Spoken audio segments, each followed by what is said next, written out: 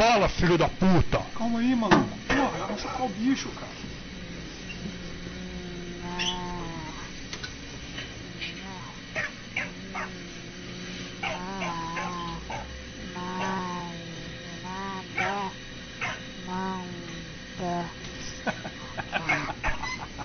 Aí, não falei que ele ia falar, ô?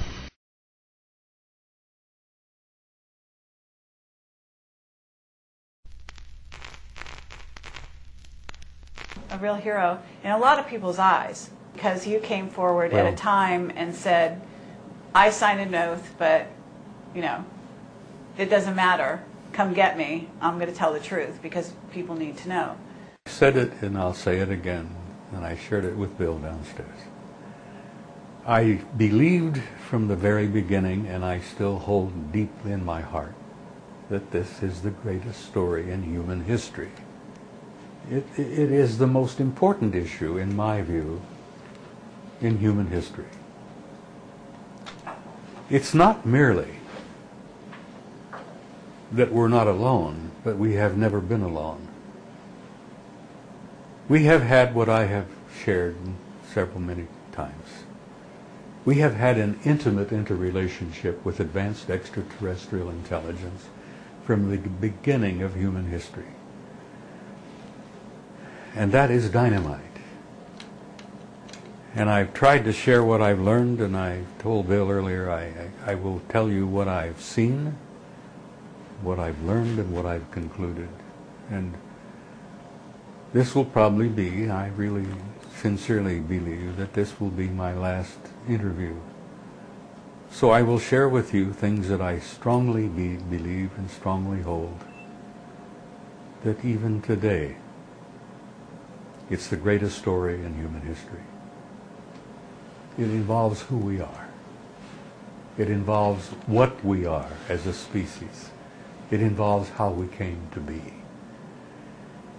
Now, for many, many years, I held to the view that once we could get this out, many of us who were military would say what we've seen, what we've learned, what we've concluded, experiences we've had personally.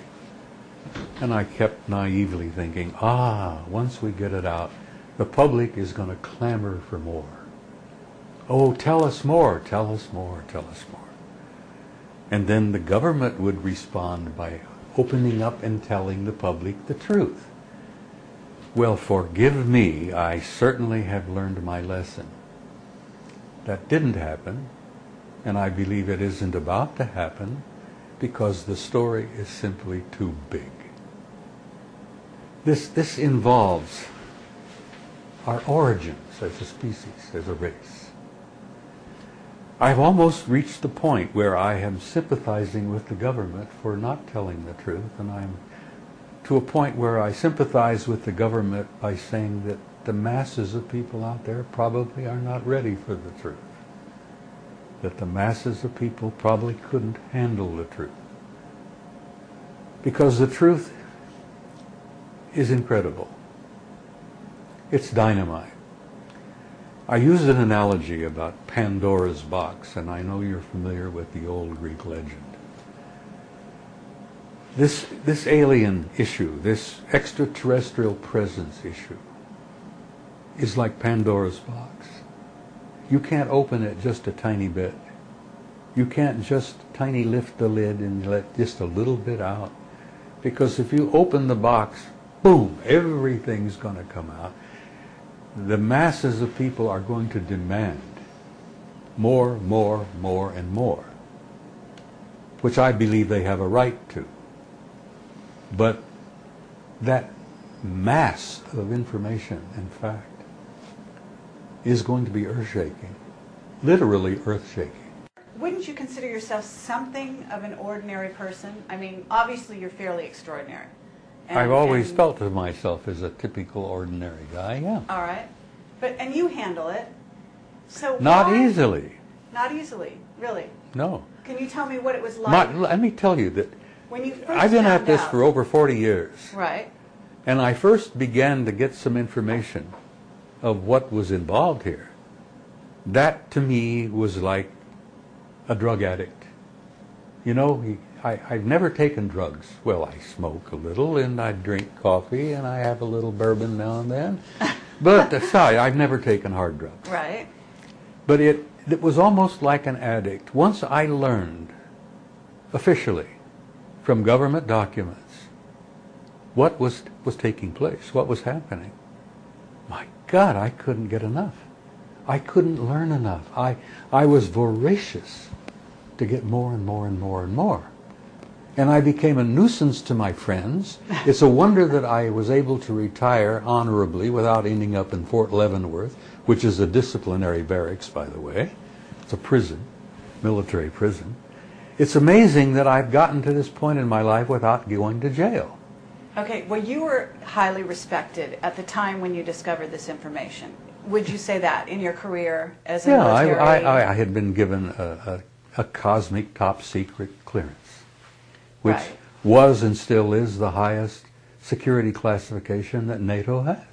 Okay, but cosmic top secret, did that mean to you that you were going to be let in on the secrets of our, you know, extraterrestrial relations with other planets? No, it simply meant that I was given access to a military document, a study that NATO conducted from 1961 to 1964.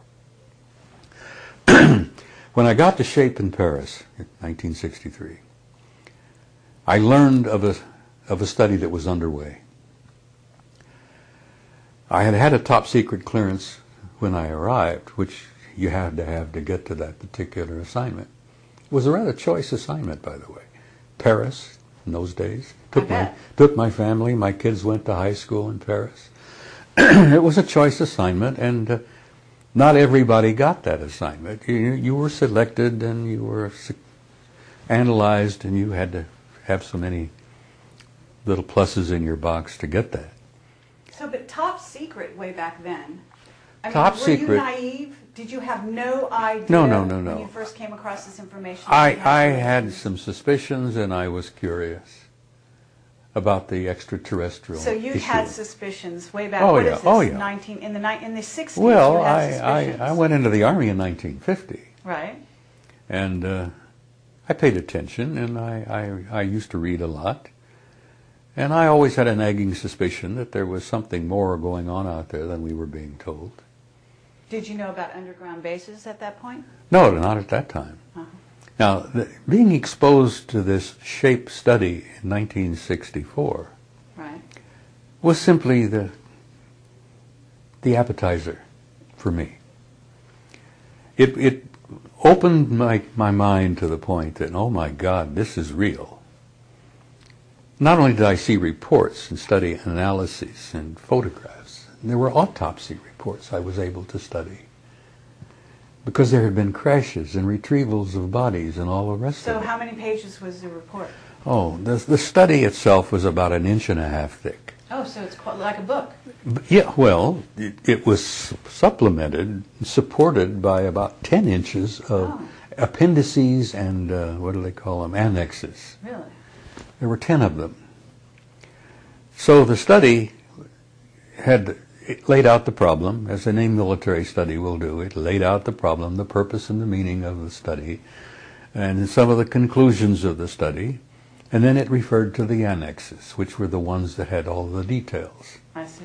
For example, there was an annex on retrieval of bodies and autopsies with photographs. Okay. So once I got a chance to go through this thing, with my cosmic clearance allowed me access to it in the vault.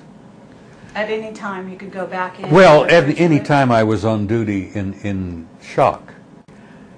SHAPE is Supreme Headquarters Allied Powers in Europe. SHOCK is the Supreme Headquarters Operations Center. It was the war room. Okay. I worked in there regularly. I ran duty rosters. I was a senior NCO at the time. I was a senior master sergeant at the time.